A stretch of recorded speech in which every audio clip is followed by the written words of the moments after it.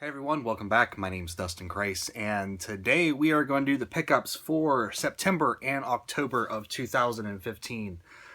Quite a bit of stuff. I was actually kind of surprised when I rounded everything up for the video, and I'm pretty sure this is all of it. I can't think of anything I would have left out there in the living room. So anyway, we'll go ahead and get into it and get started with the games, of course, and then we'll go into the music and the movies. And if you don't care about that stuff, you can just stop watching after the games. It's fine with me. I don't care. Whatever you guys want to do. But anyway, a lot of Metal Gear because I was going through the series, and I'm still kind of working on the series. I still got some things I need to do. But picked up a few Metal Gear games. The first one is, which I've done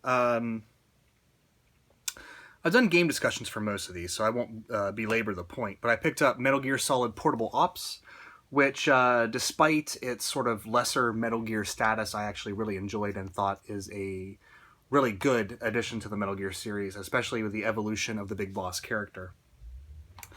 Picked this one up on accident. I picked up Metal Gear Solid Portable Ops Plus because I thought this was like an enhanced version of Portable Ops, and it's not. It's just a standalone online game. So I think I'm just going to keep it sealed and just, have it for the collection, but nothing really, I'm never going to play this because I don't even know if the servers for it are still online, but, accidents do happen. Picked this up because I wanted to play the original MSX games, but I'm actually really looking forward to maybe replaying Peace Walker one day. In HD, and I picked up the Metal Gear Solid HD collection. This has Metal Gear Solid 2, 3, and Peace Walker, and it also has the original 2 Metal Gear games from the MSX days. They are on the Metal Gear Solid 3 game because this is Subsistence that's on here, and they were included in that version, so of course they are included in this version. So I'm probably going to check these out sometime. Probably won't get to them. Probably won't get to those or 5 until next year because there's way too much stuff coming out. But we'll see. A good friend of mine, TG Appileus, sent me this, and he just messaged me one day and he's like, "Hey, this thing just came out, and would you like me to make you a copy of it?" And I said, "Yes, I would love a copy." And before, the hawks out there, "Oh, you shouldn't bootleg games," I have a legit copy sitting over there on the shelf, so shush it. But he sent me a burnt copy of the fan translation of Dragon Quest V on the PlayStation 2. So I'm really looking forward. I probably will play this sometime soon after I get done with all these new releases. But sometime soon, I will throw this in on my soft-modded PS2 and play the hell out of this because, I don't know, I'm really looking forward to it for some reason. A game that I picked up, which we'll talk about right now, why not? Dragon Quest Heroes has really got me back into wanting to... it's really got me hyped for Dragon Quest XI. That's the first thing. But it's also making me want to go back and replay the old Dragon Quest games, and... this is a phenomenal game. I love this game. It's a Dragon Quest meets Dynasty Warriors style game. But the weird thing about it is it actually feels more like an RPG than most of the other Dynasty Warriors style games I've played. And if you guys like Dragon Quest but don't like Dynasty Warriors, I would still say pick this one up because, I don't know, I'm loving every second of this, and I think it's a fantastic game, and hopefully the Dynasty Warriors aspect doesn't keep people away from playing it because, and this is kind of a shitty reason for me to tell you guys to go buy it, but I guess Square Enix is really watching the sales of this game, and if it sells well, they're going to, I guess, reevaluate bringing out Dragon Quest in the West. So if you definitely want Dragon Quest XI, put your money where your mouth is. Pick this up. It's a great game, a lot of fun, and just big nostalgic, notes for me playing this game. Really think this is a fantastic one. Picked these two up. This one was pretty cheap, and I've been wanting to play it for a while, so I picked up Alien Isolation on the PS4. I got, sick of everyone saying how scary the game is and how good it is, and I just wanted to play it. And this, I guess, is kind of the makeup for Colonial Marines, but I'm really looking forward to this because I do love the Alien universe, so I picked that up. Also got this day one, but have yet to put it in, and to be honest with you, I don't know when I'm actually going to get to it because there's a ton of stuff coming out, and this holiday season is just packed. But I did pick up Tales of Zestiria, and Alex has been playing this, and he says it's pretty good. So I'm really looking forward to this because I love the Tales series. But Fallout 4 is coming out, Xenoblade's coming out. I mean, it's going to be a rough fall to holiday season, so we'll get to it eventually, but I did pick it up because I do really love the Tales series and I wanted to support it on day one. And speaking of supporting things, I also picked up a digital game. I picked up the finally released Trails in the Sky second chapter. And Xseed finally released it just a couple days ago on PSN and Steam, so definitely go out and download that, especially if you loved Trails in the Sky, the first chapter.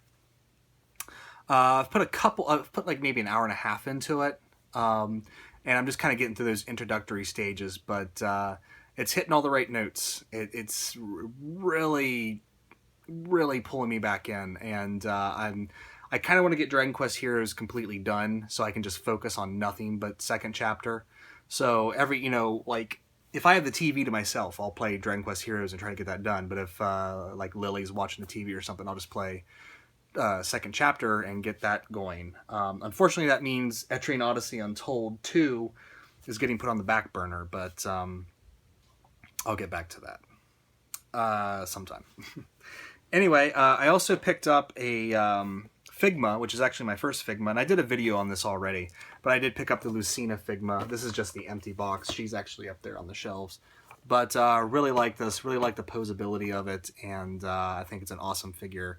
And I'm glad I picked it up because I can't seem to find a Lucina amiibo, but apparently amiibos have been replenished out there, so I should probably go out and look and try to find one. But this was a nice substitute. Actually, it's a better substitute than the amiibo because you can put her in all kinds of crazy poses and it's awesome.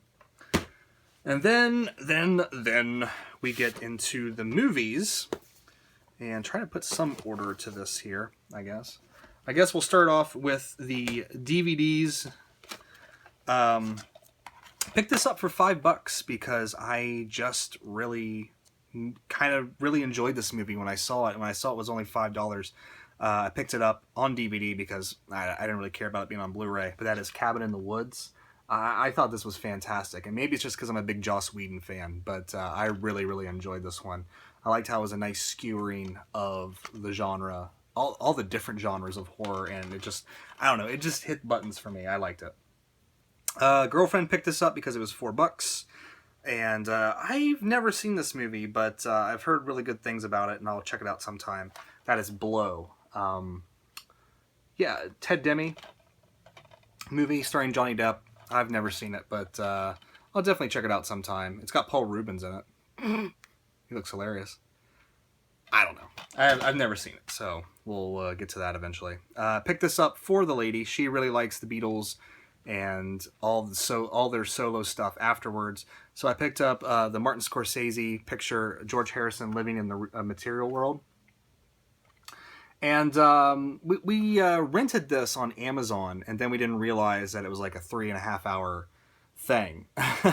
So our rental of it actually expired before we got around to finishing it. So I saw this for like $8 at the local record shop and picked it up for. So we'll finish watching it sometime, but it's actually a very good history of the Beatles and of George Harrison himself. So good stuff. Continuing on that Beatles thing, I also picked this up for Nowhere Boy, which is actually the story of John Lennon before he started the Beatles, and I was really impressed with this one. I actually really like this movie. Maybe not as much as another music biopic that I picked up this year, but it's definitely solid. The acting's solid. It's really good. If you haven't seen it and you like the Beatles, it's very surprisingly good. So definitely check that one out. But nothing could beat this one. This one's near and dear to my heart, and I think it's probably the best musical biopic that I've ever seen because it doesn't try to cover the entire career. It focuses on very two specific points in this person's life, sort of opposite ends of the spectrum, and kind of creates a portrait of this person between the two. And that is Love and Mercy. Phenomenal film. Probably my favorite movie of the year. And that's partly because of how much I love the Beach Boys and Brian Wilson. Maybe The Martian, which I saw and is phenomenal as well, is better, but I don't know. There's just something about this. And Paul Dano, I've watched a lot of videos of Brian Wilson back in the 60s, and Paul Dano knocks it out of the park. This dude, if he doesn't have an Oscar in a few years, the game is rigged. Like, this kid who is only a few years younger than me, or is he a lot younger than me? I can't remember. He's younger than me, but this kid is like acting like way, way beyond his years, and it's just amazing to see him as Brian Wilson, especially when they recreate like famous videos from the 60s, and it's just pitch perfect. So if you haven't seen Love and Mercy, give it a shot. It's a great, great movie. Picked up these because one was to replace a DVD that got scratched. Boo hiss. The other one was I saw it for like $6, and I was like, it had both the original and the theatrical cuts, and I've kind of wanted to watch. I haven't seen the theatrical cut of this movie in a very long time, and I did watch it, and the music just threw me off because I'm so used to the music in the director's cut. But I still think I prefer the director's cut of this movie, and that is Donnie Darko. Picked it up for $6 because I wanted all the Richard Kelly movies on Blu-ray, and couldn't pass it up when I saw it, so did pick that up. I also picked up the box, which apparently I picked up a Canadian copy off of Amazon because it's got French all over it, but whatever. I actually really enjoyed this one. I don't know what it is. Richard Kelly movies, they get trashed, but for some reason I really like them. This isn't his strongest movie, but I do like a lot of what's here. It kind of spirals out of control towards the end, but a lot of the stuff in it I really, really, really do enjoy. So I can't recommend it. If it's on like Netflix or something, definitely give it a watch. But if you're gonna buy it, just know that you're getting in. You might not like it. I don't know. And then we will round things off with a few Criterion Collection. First off is a DVD. Picked this up because I saw it in the local store here for like $20, and I was like, that's a cheap Criterion. I'm going to pick that up. And it sounded really interesting, and actually, it really kind of is. It's called The Uninvited, and it's kind of the first ghost story movie that takes the subject seriously, and it's not like... because this was back in the 40s, and before that, it was like a lot of like Laurel and Hardy kind of stuff where, the ghost was kind of a comedic presence or something, or, it just, I don't know. Reading the book in here made it sound just really phenomenal. And then I watched it, and it's really, really good. It does a lot of really awesome things. The ending kind of doesn't wrap up the way I think it should. Like, it kind of ended, and I was like, oh, that's the ending? Oh, okay. But it is really creepy when the brother and sister are living in the house for the first time, and the ghost starts its haunting. The cover is a little bit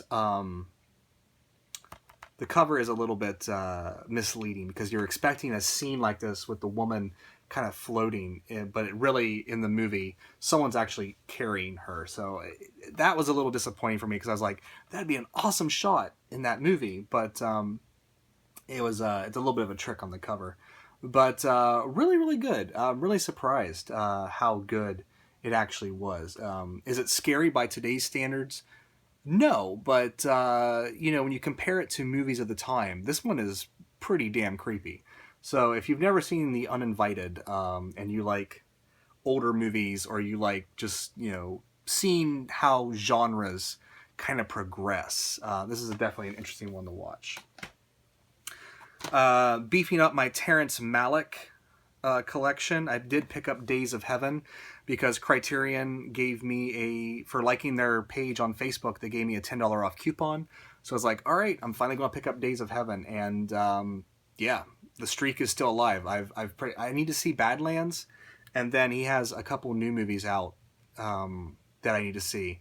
But from what I've seen so far, the dude can do no wrong. And this is an amazing film. Just beautifully shot, wonderfully acted, great storyline.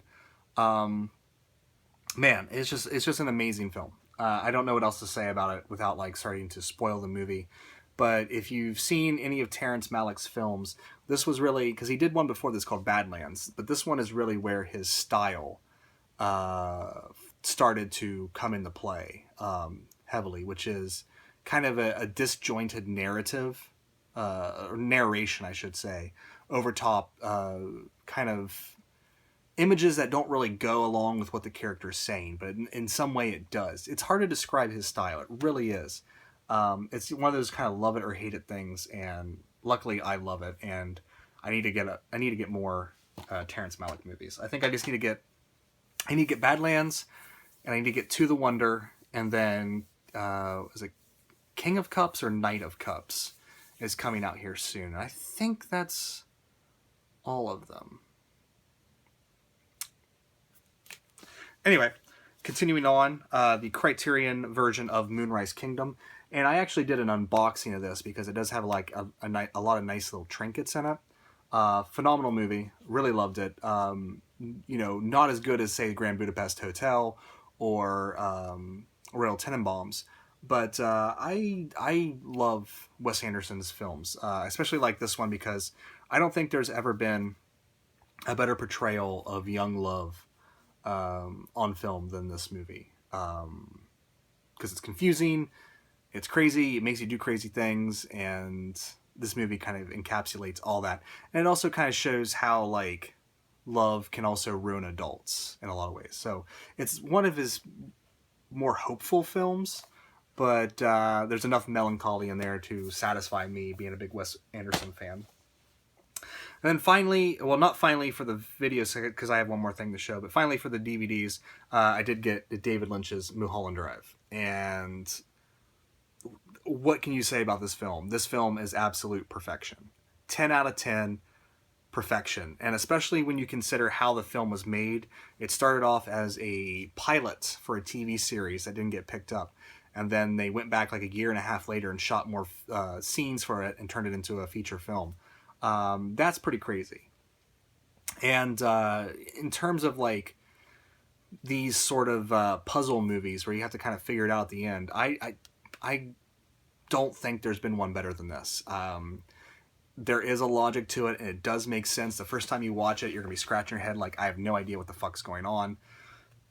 And then as you watch it more and more, it starts to make more and more sense, and then eventually you do unravel it, unless you go online and read a bunch of spoilers after the first time you see it. But phenomenal movie, and I swear to you, it has one of the most terrifying scenes I have ever seen in a film ever. Like, I know it's coming, and then when it happens, it still makes me jump and like just be like, ugh, you know.